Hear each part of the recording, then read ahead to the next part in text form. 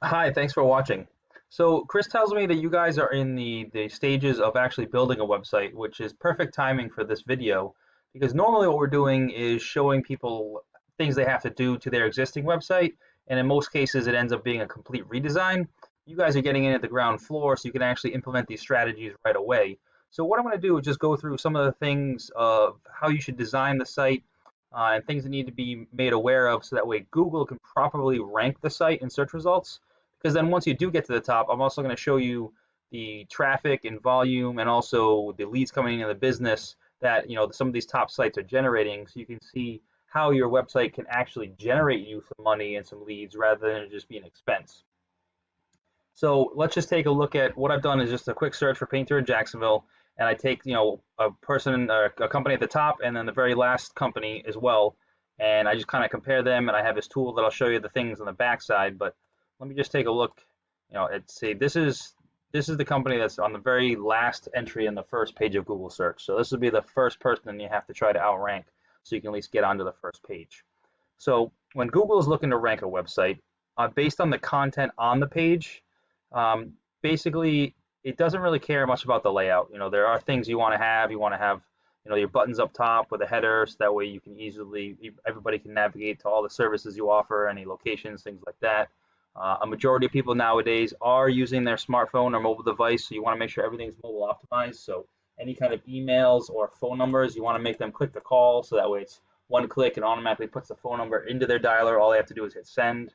You basically want to make it as easy as possible for everybody to just get in touch with you, whether it's through a phone number or having this form to a form submit to get an email is great.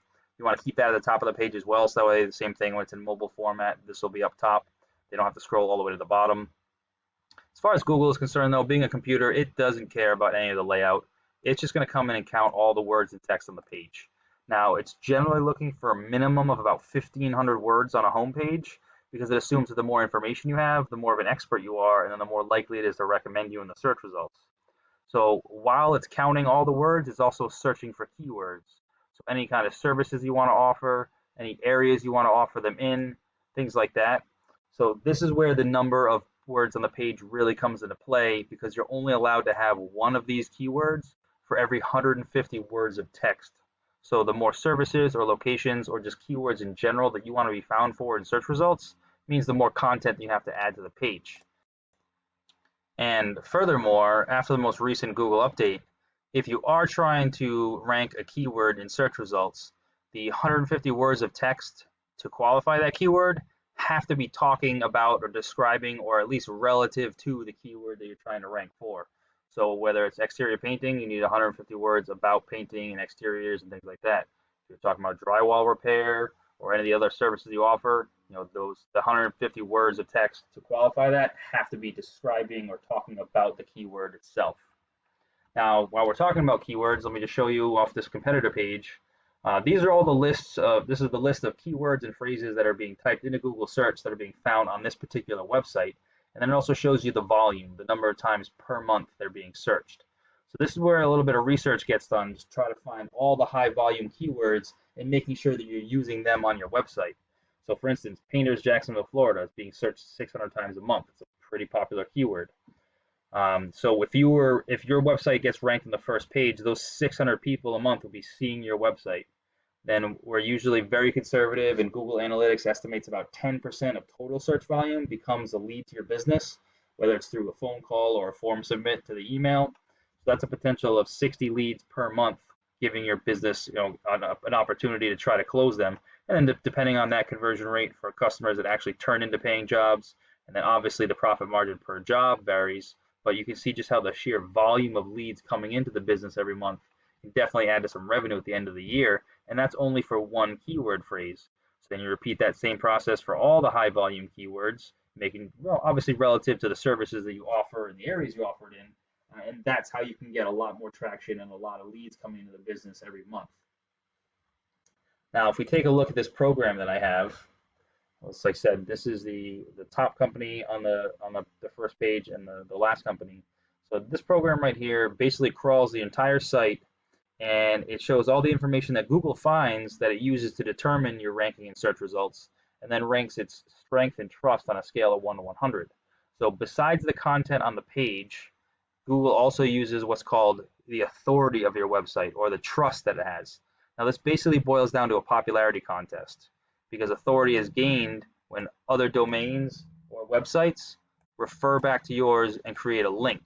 And then that acts as an endorsement that Google uses to build trust because others are vouching for you. So just to give you a quick example, if the local news station did an article on their website and it would say the top 10 best painting companies in Jacksonville, and in that article, the reader could click on a link and it would bring them to your website. That's considered one backlink from one referring domain. Now, there's a lot of different backlinks you can get from all different types of websites, including blogs, editorials, guest posts, press releases.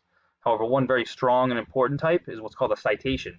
Now, a citation is any time that your name, address, and phone number appear in an online directory. Those include Yellow Pages, Super Pages, Better Business Bureau. These directories are usually free. It just takes some time to find them, register your business, and then input the information exactly as it's shown in Google. So as you can see at the top of the page, this company has a lot of other websites that are linking back to it. And at the bottom of the page, they don't have quite as many, but still a decent amount. So you can see there's quite a difference between ranking at the very top and then barely getting onto the first page. But there is something to note here is it's not just a matter of the sheer quantity of websites that refer back to yours. It's also the quality. So certain websites are more spammy, they're not trustworthy, they might be outside of the United States. We need to find highly authoritative and trustworthy websites, but they also need to be relative to your service. So anything to do with any of the services you offer, or at least construction, home remodeling, something in the same general service, so that way they're transferring that trust and authority through the backlink to your website. Now, as far as how it looks in search results, the first thing that's always going to come up is what's called the Google Map Pack. Now, this is actually a pretty important area to try to get into because a lot of traffic comes to these top 3 sites since they're listed right at the top of the page. Now, to be listed in here is free. You just need to fill out and optimize your Google Business Profile, which is part of the Maps app, so you can do it right from your smartphone. You want to try to fill out as much information in there as you can, so all the services you offer, the area, even the hours of operation. Then you're allowed 750 characters for a business description. You want to use all that and put some keywords in there. And then you really want to get photos that are geolocated and tagged from within your service area, as well as posting onto your profile on a regular basis. Try to collect as many reviews. And then you want to get as many of those citations, your name, address, and phone number. You want to appear in more directories than anybody else on this list. So then underneath that, this is what we call the organic search results. Now, this is where the more authority or trust that Google has in your site, the higher up in the list you're going to rank. So this is where getting more of those links or referrals from other websites is going to help you climb and outrank the competition. So once you have the proper content on the page to be found in the search results and you have enough authority to bring your website to the top, you'll be getting all that volume and all those leads coming directly to your business. Now, I hope this information was helpful and shows you kind of how to put together websites. That way you can scale your online presence and turn your website into something that can generate money for you. But please feel free to reach out if you have any questions or if you want to go in any further details about anything we spoke about. And we could talk about some of your goals for the business and then do some research to find out what exactly it would take for you to reach those. And we always appreciate at least getting feedback just to see if information like this was useful for you. So please let me know what you thought. Appreciate your time and look forward to speaking with you.